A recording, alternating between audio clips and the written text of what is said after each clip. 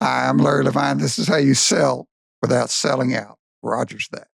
Hi, everybody. I'm Rogers Healy, and welcome to Rogers That, a podcast dedicated to selling without selling out. Today, we have someone who sold a lot. He never sold out along the way, but he sold experiences. He sold food. He sold memories. He sold chicken fingers. He sold burgers. He sold French fries. I'm not going to do the song because he told me not to sing because he said my voice was terrible. But imagine the greatest jingle in the history of television. Should I do it? Sure, you should. Do you want to do it with me? No, I do not. I want my baby back, baby back, baby back. I want my Chili's baby back ribs. With what? What does it come with? For today, I think it comes with French fries. No, come on, the jingle. That was after my time. Barbecue sauce. Come on. Larry Lavine is my friend. We are a Highland Park alumni. We met through the wonderful connection of the Scott's Tank, which is a awesome accelerator for high school students. And Larry was the crown jewel of judges, and I got to sit next to him, and we became friends and quickly realized we have a lot of overlap. I'm going to read a little background. He's a pioneer. He's an icon. He's a titan in the world of experience, and his vehicle or his weapon of choice is food. He's a seasoned food service executive and business entrepreneur with a history of creating and managing dining chain restaurant concepts. He made a name for himself as the founder, ladies and gentlemen, of Chili's. Since then, his latest venture, Loop 9 Barbecue, is changing the game in the world of barbecue. He's an expert in assembling strong teams, strategies, menus, and he also is a coach and a mentor to many. Larry uses his experience and knowledge as a restaurateur for good. And so, ladies and gentlemen, all that to be said, my friend, Larry Lavine, welcome to the podcast. Thank you. You're welcome. Nice to be here. Yeah. So tell us, who is Larry? Who is Larry Lavine? What are you drinking? Is that alcohol? That's your water. That's your canned water. Okay. Great. All right. It looks like beer. Yes. It's too early for beer. A serial entrepreneur. I mean, I love building businesses and teams, and have done it a number of times, and that's my strong passion. Can I ask you a personal question? Sure. Do you remember the first thing you ever ate in your life? Ooh. No, I don't remember that. Really? Do you remember? Probably something my grandmother cooked. She was a cook. Where did you grow up? In Dallas, in Park City. So did you fall in love with food at a young age? No, I've always enjoyed food, but I didn't really get a passion for it. I was a pizza expert after 10 minutes of training when I was 14. Really? And then went in other businesses. And then in the early 70s, a childhood friend and I decided we're going to open a hamburger restaurant serving premium half-pound burgers, which was a big deal at the time. And that was the idea for Chili's. That was our dream to do that. Was it called Chili's from the start? That's the name we selected, yes. I had attended the chili cook-offs with my father-in-law, Carol Shelby, and saw how much passion people have for chili. So I thought, we're going to call it Chili's. And we had chili on the menu, but we didn't think we'd sell much chili. Turns out we did sell a lot of chili, but it was to have something for people to talk about. In Texas, if you ask 10 people what their favorite barbecue or favorite chili is, you'll get 14 different answers, and theirs is the only answer.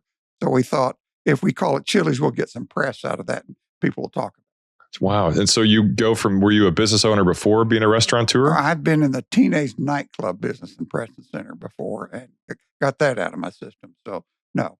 Wow, teenage nightclub business, and then of course you do what most teenage nightclub owners do. You go from that to a burger restaurant. That's right. And so you opened it up in 1975. Your first location, right? Where was it? Greenville and Meadow. Greenville Meadow. And was the goal to have an empire, or was it something where you were so obsessed with your first place that you wanted that to be home forever? My goal was to make a living. This restaurant cost $75,000 budget.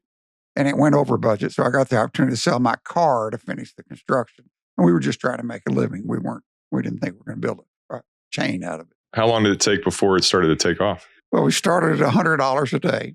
Making $100 a day? Sales, $100 wow. total. So it slowly picked up. At the time, there was a second newspaper in Dallas called the Dallas Times-Herald. And the food writer, entertainment critic, Don Safran, liked Chili's. We never bought him a thing. He'd come in and write, I went to Chili's again today, and the food brought me to my knees, and then sales would go up. Wow. And he'd come back a couple of months later and say the same thing, and that really helped put us on the map. So you kind of went viral before going viral That's was right. a thing. We didn't know what the word was then. Wow. And so at what point did you realize like you have an enterprise that you're building and you go from $100 a day to maybe $200 a day, and then you had to go and remove yourself from the passion of the restaurant to be a CEO? Right. Well, in between, we waited a little while to make sure it wasn't a fad before we thought about doing other restaurants. So my office was in the back of the restaurant one day, and it was cold outside, and it was raining or snowing. And I thought, well, I'm going to open the back door and get some fresh air. So I opened the back door and heard some commotion.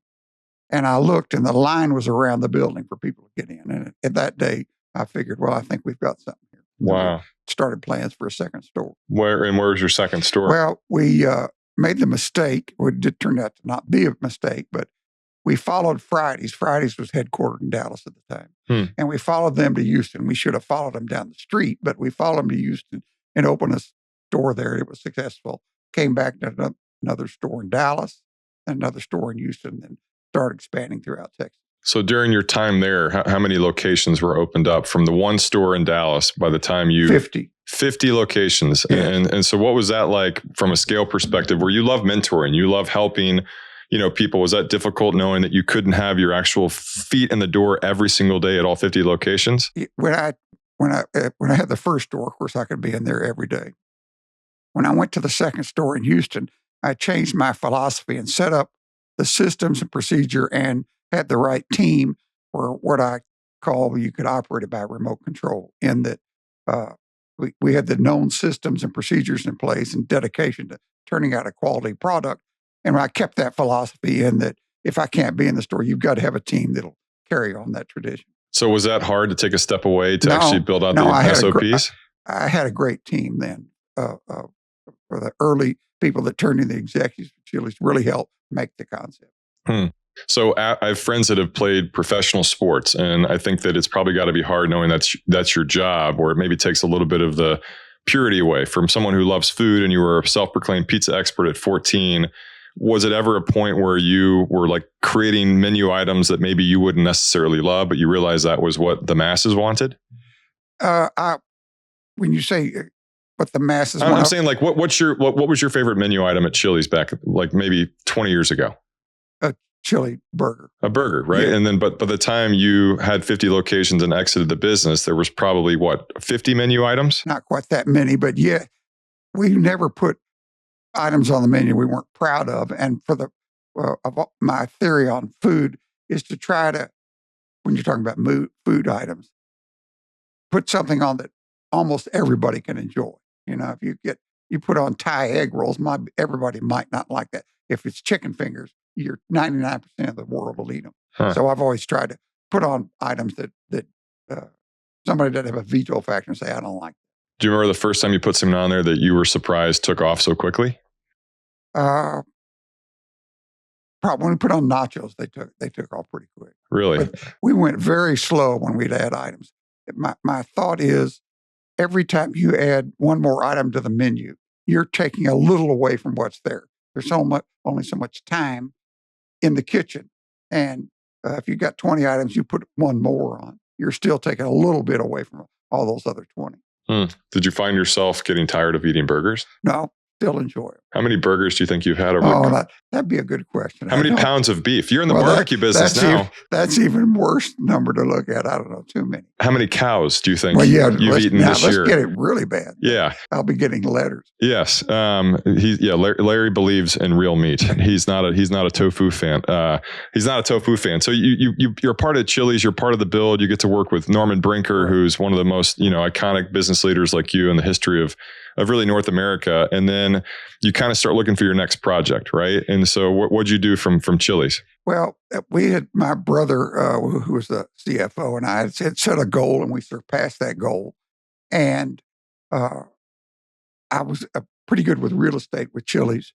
And so I thought, I'm going to do in the real estate development business. So I left Chili's on great terms and wished them the best, and they the same to me, and went in their real estate business. I might add at the worst time in the millennium, but learned a lot about the real estate business.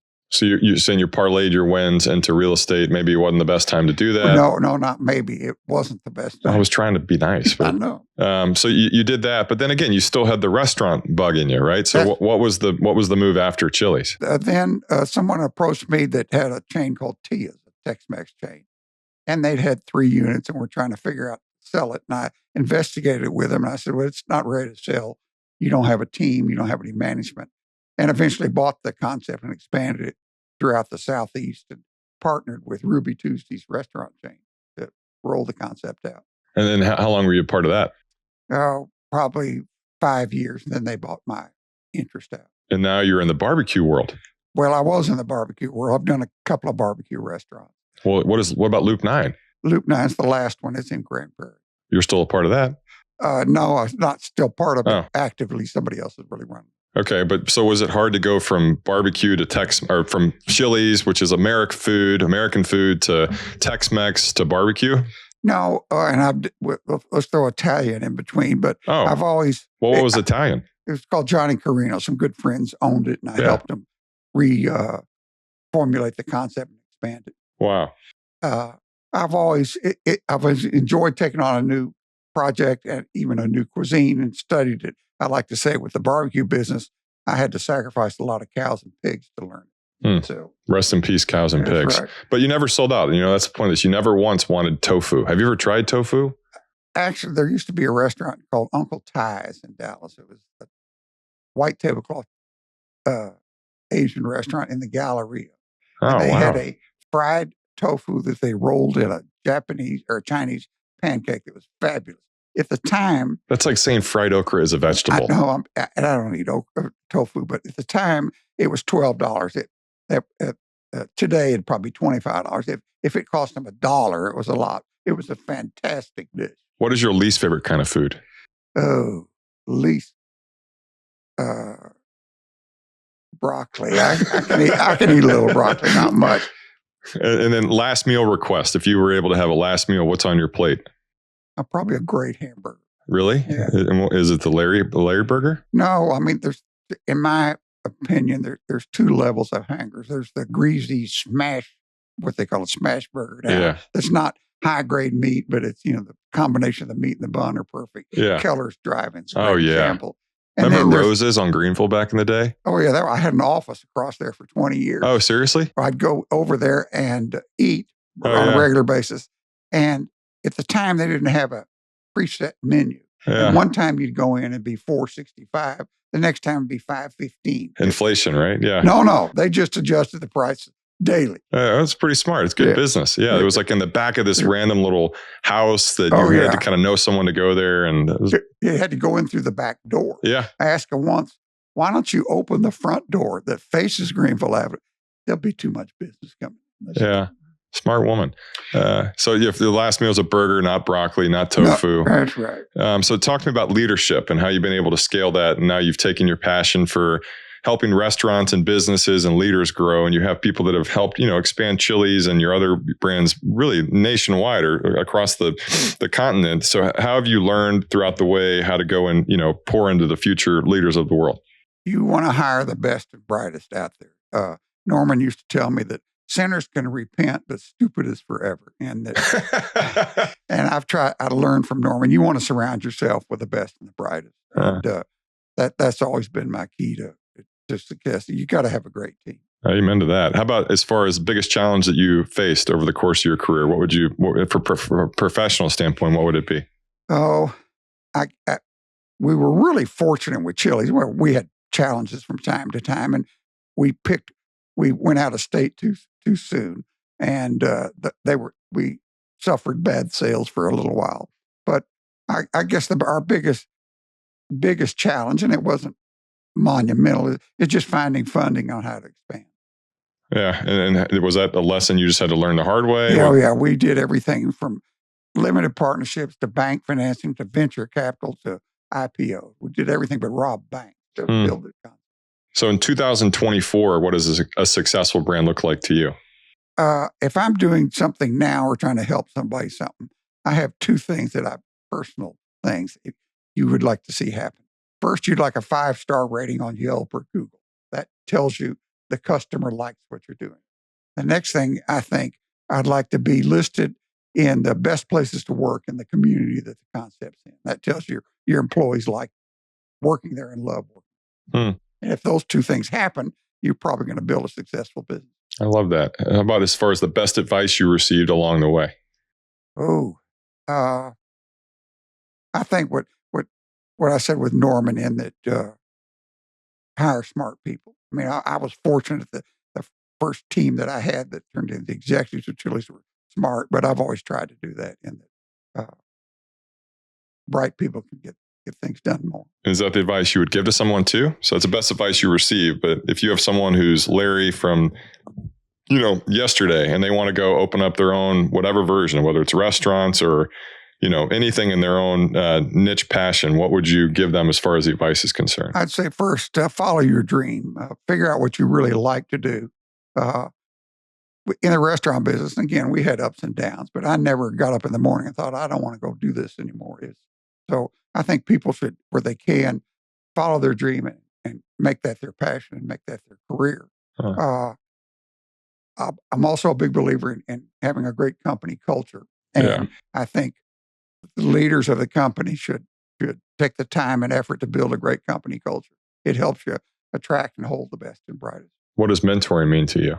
Well, I like to, it's fun, particularly as like the judging we went to. It's fun having young people and tell them to, the first thing I tell them is to follow their dream and do what they really feel passionate about. Can I ask you a personal question? Sure. If you were a piece of food, what would you be and why? What is Larry in the world of food? Oh, that's a good question. That's a new one. I guess I'd always come back to my favorite of a hamburger.